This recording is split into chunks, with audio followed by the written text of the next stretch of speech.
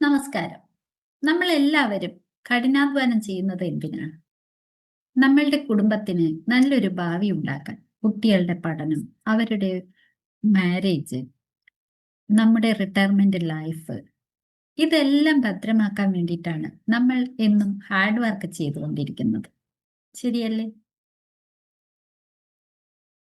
ഇതിനെല്ലാം വേണ്ടി നമ്മൾ പലയിടത്തും നിക്ഷേപിക്കുന്നുണ്ടാവും.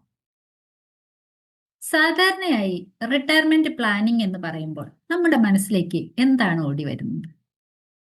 എവിടെയെങ്കിലുമൊക്കെ നിക്ഷേപിക്കുക, അല്ലേ?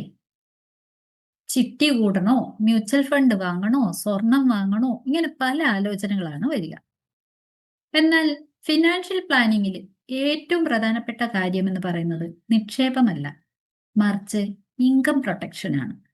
അതായത് ഒരു കുടുംബത്തിൽ വരുമാനം കൊണ്ടുവരുന്ന വ്യക്തിക്ക് എന്തെങ്കിലും സംഭവിച്ചാൽ ആ കുടുംബത്തിന്റെ അവസ്ഥ, അതിന്റെ ഭാവി എന്താകുമെന്ന ചിന്ത. ഇന്ന് നമ്മൾ സംസാരിക്കുന്നത് പ്രിമേച്ചർ ഡെത്ത് റിസ്ക് അഥവാ അകാല മരണം ഒരു കുടുംബത്തിൽ എന്തവസ്ഥയാണ് ഉണ്ടാക്കുന്നതിനെ കുറിച്ചാണ്.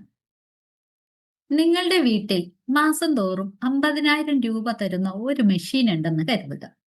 ഈ മെഷീൻ എന്തെങ്കിലും സംഭവിച്ചാലോ നമ്മൾ അതിന് മെയിൻ്റനൻസ്, റിപ്പയർ എന്തും നമ്മൾ പെട്ടെന്ന് ചെയ്യാൻ ശ്രമിക്കും. ശരിയല്ലേ? നമ്മൾ ചിലപ്പോൾ ആ മെഷീന് ഒരു ഗ്യാരണ്ടി ഉണ്ടാക്കാൻ അല്ലെങ്കിൽ ഒരു വാറണ്ടി ഉണ്ടാക്കാൻ ശ്രമിക്കും. അതിനെ ഇൻഷുർ ചെയ്യാൻ ശ്രമിക്കും. ശരിയാണോ? എന്നാൽ ആ ഇൻകം കൊണ്ടുവരുന്ന ആ ഒരു മെഷീൻ അത് നിങ്ങളാണെങ്കിലോ? ഒരു കുടുംബത്തിലെ വരുമാനം കൊണ്ടുവരുന്ന ആള് പെട്ടെന്ന് ഒരു ദിവസം ഇല്ലാതെയായാൽ ആ കുടുംബത്തിനുണ്ടാവുന്നത് വൈകാരികമായ നഷ്ടം മാത്രമല്ല, മറിച്ച് ഒരു സാമ്പത്തിക പ്രശ്നം കൂടിയാണ് ഉണ്ടാവുന്നത്. റിലേറ്റ് ആവുന്നുണ്ടോ? ഇവിടെയാണ് ഇൻകം റീപ്ലേസ്മെന്റ് എന്ന ആ ഒരു സംഗതി വരുന്നത്.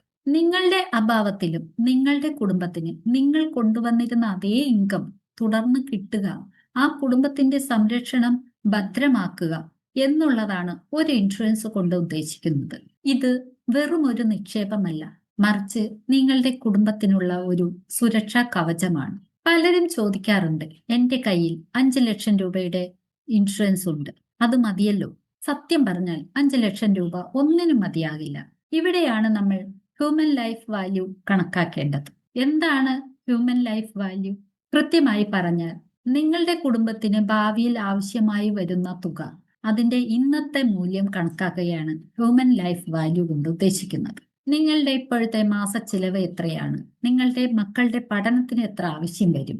അവരുടെ മാരേജിന് എത്ര ആവശ്യം വരും? നിലവിൽ നിങ്ങൾക്കുള്ള ലോണുകൾ, EMI, മറ്റ് ഹോം ലോൺ, പേഴ്സണൽ ലോൺ, ഇതൊക്കെ എന്താണ്? നിങ്ങളുടെ റിട്ടയർമെന്റ് ലൈഫിലേക്ക് ഇനി എത്ര നാൾ ബാക്കിയുണ്ട്? ഇതെല്ലാം കൂട്ടി നോക്കുമ്പോൾ കണക്കാക്കുന്ന ഒന്നാണ് ഹ്യൂമൻ ലൈഫ് വാല്യൂ എന്ന് പറയുന്നത്. ഉദാഹരണത്തിന് നിങ്ങളുടെ മാസ ചിലവ് 30,000 രൂപയാണെന്ന് കരുതുക.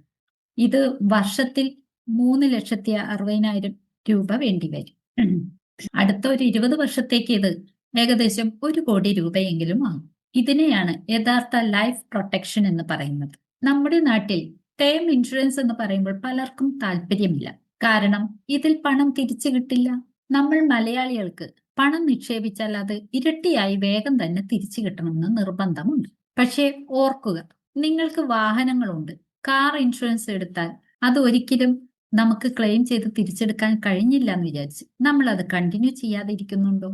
അതോ ഞാൻ അടയ്ക്കുന്ന പണം വെറുതെ പോകുന്നു, ഒരു കാർ ആക്സിഡന്റ് ഉണ്ടാവട്ടെ എന്ന് വിചാരിക്കാറുണ്ടോ?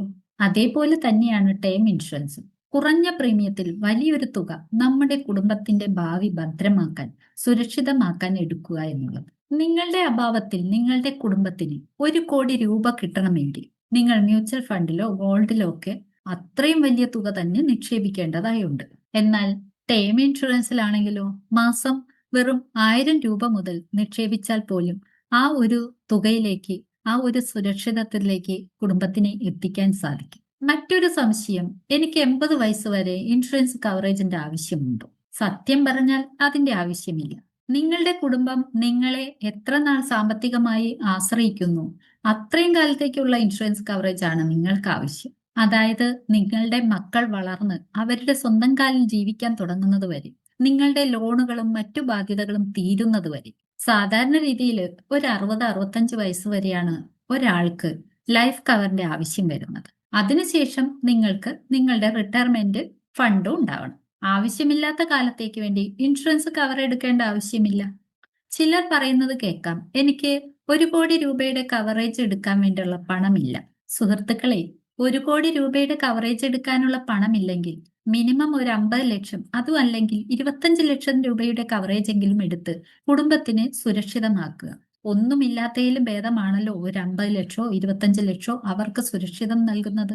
നിങ്ങളുടെ കുടുംബത്തിന് അത്തരം ഒരു പ്രതിസന്ധിയിൽ ആ ഒരു ചെറിയ തുക പോലും വലിയ ആശ്വാസമായിരിക്കും. ചുരുക്കം പറഞ്ഞാൽ, ലൈഫ് ഇൻഷുറൻസ് എന്ന് പറയുന്നത് പണം ഇരട്ടിപ്പിക്കാനുള്ളതല്ല, മറിച്ച് കുടുംബത്തിനെ പീസ് ഓഫ് മൈൻഡിലേക്ക് എത്തിക്കാനുള്ള സംവിധാനമാണ്. നിങ്ങൾ ഉണ്ടെങ്കിലും ഇല്ലെങ്കിലും നിങ്ങളുടെ കുടുംബത്തിന്റെ ലക്ഷ്യങ്ങൾ, സ്വപ്നങ്ങൾ ഒന്നും തകർന്നു പോവില്ല എന്നുള്ള ഒരു ഉറപ്പാണത്.